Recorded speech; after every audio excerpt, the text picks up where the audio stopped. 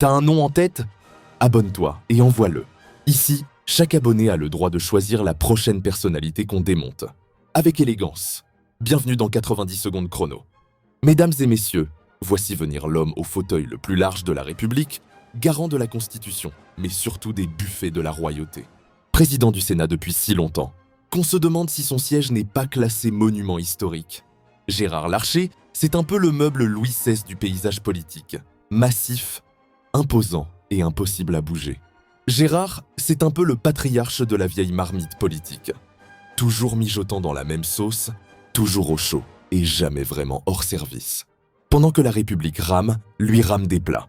S'il devait représenter une valeur républicaine, ce serait probablement le cholestérol universel. Pas étonnant qu'il parle toujours de stabilité. Quand on voit la densité de son assise, même un tremblement de terre hésiterait à le bouger. On l'écoute parler réforme avec l'entrain d'un sommelier qui présenterait un pinard de 1958. Complexe. Boisé, mais à ne surtout pas secouer. Gérard, c'est le gardien du temple du calme plat. Le mec qui fait passer la tempête pour une petite brise estivale. Gérard Larcher, toujours dans le game à 73 ans passés, il nous montre que le Sénat, c'est un peu son terrain de jeu préféré et que le mot « retraite » semble être un concept abstrait pour lui. Avec ses propositions pour prolonger l'âge légal, on dirait qu'il s'applique à lui-même la recette. Plus on vieillit, plus on travaille, plus on reste au pouvoir.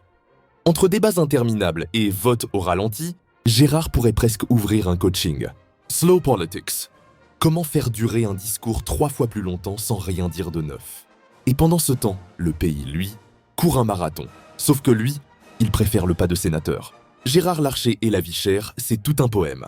Pendant que nous, on se serre la ceinture avec des miettes, qui te permettraient même pas d'acheter un clou chez le roi Merlin pour accrocher ton moral, lui, il s'empiffre de privilèges à faire pâlir un roi. Salaire XXL, cumul des fonctions, pantouflage doré. Et congé à gogo pour faire la sieste post-repas préparée par 3 meilleurs ouvriers de France, rien que ça.